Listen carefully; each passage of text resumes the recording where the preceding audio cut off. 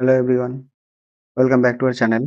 In today's video, we will learn how to create a correlation heat map in Python using the Seaborn and matplotlib library. Correlation heat map helps us to understand the relationship between different numerical columns in a dataset. So, in any data analysis, we often need to know how variables are related to each other.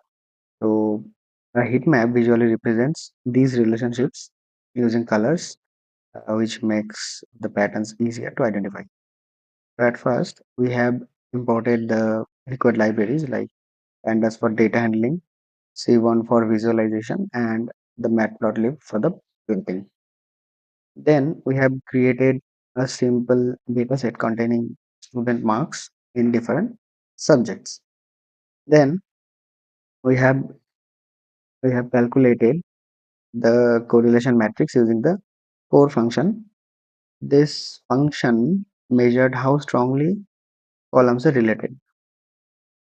And finally, we have created the heat map using the Seaborn, and the node equals to true parameter displays the correlation values inside each box.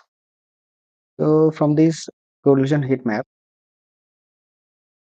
the darker colors represent stronger relationships between columns.